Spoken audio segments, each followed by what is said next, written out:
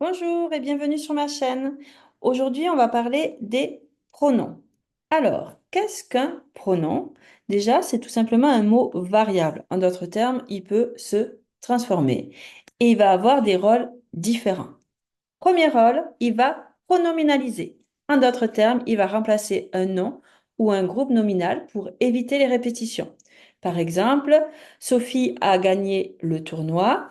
Elle a gagné le tournoi. On voit que on a remplacé Sophie par elle. De cette manière, on a pronominalisé. Il y a d'autres manières de pronominaliser, ce n'est pas la seule. Et ensuite, elle peut aussi être un moyen, le pronom, de désigner quelque chose directement, en particulier des personnes. Je lui demande, le petit lui là, ça veut dire qu'on demande à quelqu'un, à lui. Au niveau des pronoms, on va en avoir plein de petites différentes catégories. Et en particulier, on va avoir les pronoms démonstratifs, les pronoms possessifs, les pronoms adverbiaux, les pronoms relatifs, et puis le pronom que vous connaissez tous, le pronom personnel. Alors, dans les pronoms personnels, hein, on a je, tu, il, nous, vous, ils. Ça, c'est le pronom personnel qui a pour fonction sujet. Mais c'est pas le seul. On peut aussi avoir des pronoms personnels COD, comme me, te, le, la, ce, nous, vous, les, ce. On peut avoir des pronoms personnels COI, me, te, lui, ce, nous, vous, leur, ce. Comment les reconnaître? Par exemple, si je dis je te parle, le petit te là, on voit que c'est un pronom personnel. Et on se dit, est-ce que c'est un COD? Est-ce que c'est un COI? Question. Là, il faut alors transformer le petit e en essayant de le remettre dans l'autre sens. Je parle à qui? À te. Donc, on sait que c'est un pronom personnel COI puisqu'on a posé la question à qui. Si on avait posé la question uniquement qui, quoi, on aurait été dans le COD. Et après, on a les pronoms personnels en forme accentuée, tels que moi, toi, lui, elle, soi, nous, vous, eux, elle. Alors, souvent, ces pronoms personnels qui sont en forme accentuée sont utilisés après une préposition.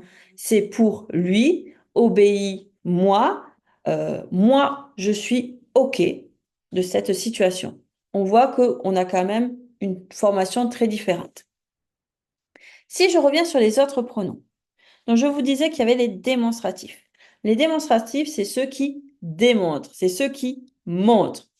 Celle-là, celui-ci, ceci, cela, ça. Qu'est-ce que je vous disais dit d'autre? Ce. Bref, tous les petits en pronom.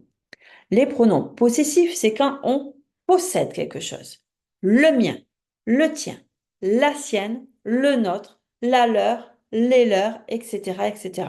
Vous avez vu, les pronoms possessifs, ils sont par deux. Le mien, le tien, la sienne. Attention de ne pas se tromper avec nos, vos, le, leur, etc. hein, nos, vos, leur, ça va être des déterminants possessifs. hein. Attention, ce sont bien deux mondes différents, deux classes grammaticales différentes. Après, on a les pronoms adverbiaux. I, qui s'écrit Y, et en. C'est les seuls. Si vous trouvez I, Y et en entre un sujet et un verbe, pronom adverbiaux. Et pour finir, le pronom relatif. La pronom relatif va introduire donc une proposition subordonnée relative et vous pouvez avoir qui, que, quoi, dont, où, laquelle, lequel, lesquels, auquel, duquel, etc., etc., etc. Je mange du chocolat qui appartient à ma sœur. Le qui relie qui appartient à ma sœur à chocolat. Et ce petit qui, c'est un pronom relatif. Il relie, il est relatif. Si vous avez des questions, mais n'hésitez pas à me les laisser en commentaire. Abonnez-vous à ma chaîne et puis partagez. Ça fait toujours plaisir. Et je vous dis à une prochaine vidéo.